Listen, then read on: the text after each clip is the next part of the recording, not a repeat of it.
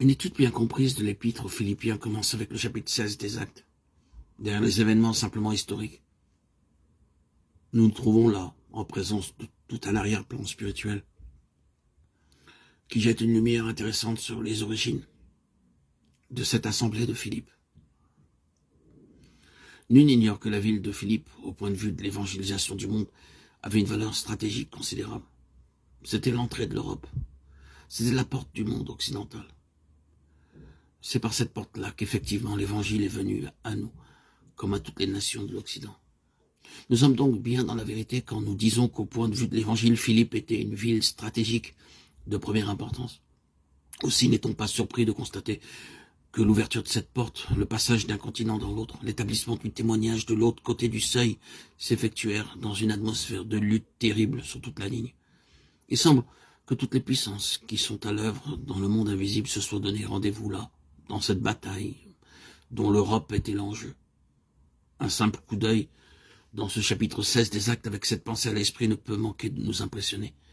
Les premiers symptômes, non pas positivement de lutte, mais disons de difficulté, se manifestent sous forme d'une différence entre d'une part le jugement humain dans ce qu'il a de bon et de sanctifié, et d'autre part la révélation de la volonté de Dieu. C'est là, en réalité, que l'histoire commence. Paul et ses compagnons, Silas, Timothée et Luc, sont en route.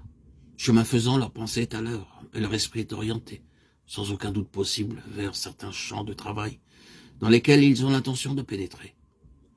Voici l'Asie tout près, cette grande province qui leur réserve sans doute une abondante moisson. Quel champ de mission! Pensez un peu à tout ce que représente l'Asie. Que de possibilités. Leur esprit est donc tourné de ce côté, comme le champ de travail par excellence qui s'offre à leur activité. À ce point-là, il nous est dit qu'ils furent empêchés d'annoncer la parole en Asie. Ils essayèrent alors d'entrer en Bithynie. Leur pensée se tourne dans cette nouvelle direction. Et ils en viennent à la conclusion que ce sera là certainement pour l'évangile un champ de travail plein de promesses. Ils marchent ou essayent de marcher d'après ce jugement humain, d'après leur bon sens sanctifié. Comprenons bien, toutes leurs ressources, toutes leurs capacités sont du côté du Seigneur. Pensée, cœur, volonté, esprit, âme et corps. La chose est hors de question.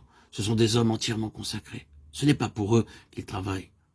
Ils n'ont point d'ambition à eux. Il ne s'agit pas d'une entreprise personnelle. Ils n'ont aucun intérêt personnel dans cette affaire. Ils ont une chose en vue, une seule chose, la volonté de Dieu. Dans cet esprit de pleine consécration à leur maître, entièrement livrés comme ils le sont à l'accomplissement de sa volonté, ils envisagent certaines perspectives, ils essayent d'entrer dans un certain chemin. Or, même dans ces conditions combien favorables, combien nécessaires, ils se heurtent à quelque chose qui dépasse et surpasse leur jugement humain, même consacrés à Dieu. Ils sont empêchés d'annoncer la parole en Asie, et l'Esprit de Jésus ne leur permet pas d'entrer en Bithynie. C'est l'excellence de la connaissance de Christ que nous avons en vue. Et je suis bien certain que nous avons ici une des lois fondamentales que Dieu nous appelle à respecter si nous voulons atteindre ce but. On entend aujourd'hui tant de gens vous dire, comme si c'était le dernier mot en matière de direction, eh bien, servez-vous de votre bon sens sanctifié. L'histoire de ces hommes nous prouve qu'il existe une révélation de la volonté de Dieu qui diffère du jugement humain, même le plus sanctifié. Combien souvent nous nous trouvons dans des situations de ce genre. Pour sortir de nos perplexités, nous employons des moyens qui nous sont inspirés par notre consécration même. Nous appartenons au Seigneur sans réserve. Nous ne voulons rien d'autre que sa volonté, toute sa volonté.